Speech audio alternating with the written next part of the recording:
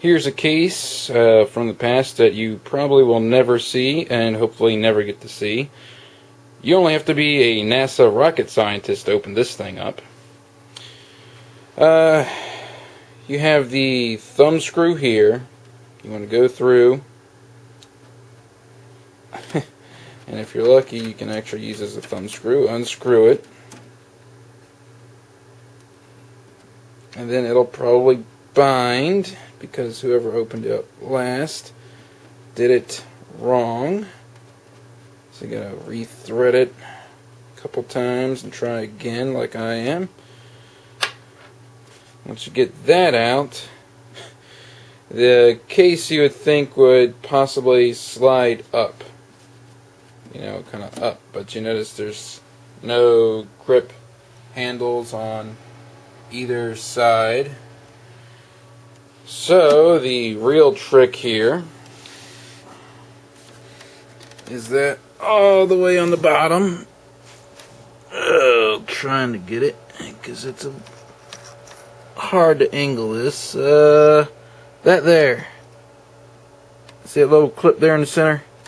You got to hold that in, and while that's held in, you have to basically lift the system kind of up a little bit on this side and then slide it back and then up. It's not easy to show while I'm holding the camera, so I will take it off. See, I've engaged that clip, and now I can kind of lift it back, because you gotta do it this way because you have the drives there, and then you can lift it up and off of it. This is the second of these cases I've come across, and I still hate them. Now, as you can see, it's not exactly easy getting to anything in this, because it's got a folding design. I'm not going to try and show it too much here, but basically this whole side here folds out like a door. There's a little, I shouldn't say it's a hinge, but it's just a curved piece of metal here, and there's a matching curve with it inside of this. So it's basically just literally sitting in there.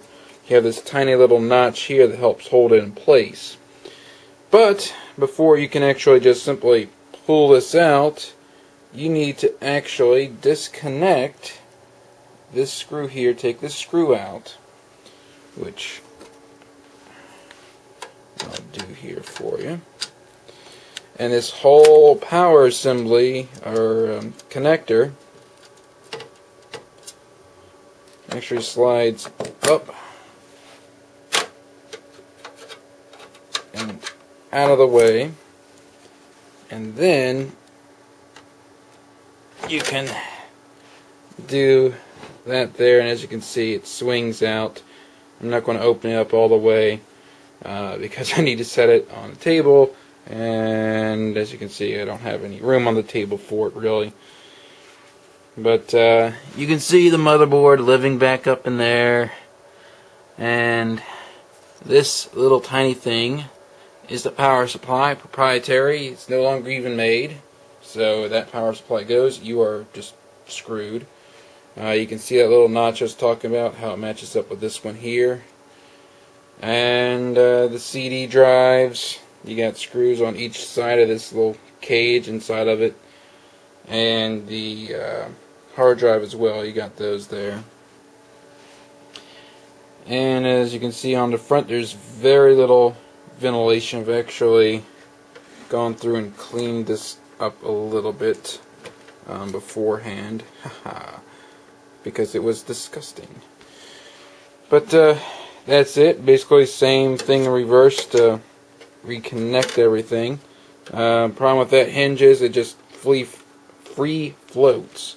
So I can't do this with one hand. I'm actually going to have to kind of tilt it up, finagle it to get that to close again. But yeah, probably one of the worst case designs I've ever seen. It's got basically no ventilation and just that one fan for exhaust, and 2 expansion slots at the bottom. The motherboard itself, you can kind of see through this mess, is got this odd little riser card in it. They extend over the game port and serial port. And that's really all I could say about it. Oh, the fan. The fan. You may be looking at that and saying what's special about it. This looks like a normal fan. It's almost the size of a normal fan. It's a 90 millimeter instead of an 80. 80 would be standard. 90 millimeter is kind of hard to find sometimes. You're not going to find this in a Best Buy or Staples, anything like that. So, not even CompUSA had these. I had to go and special order them. But, yeah, that's it for this strange case take apart for you. Like I said, I'm not opening this thing up all the way. It's a pain to put back together because of that hinge. So, until next time, see you later.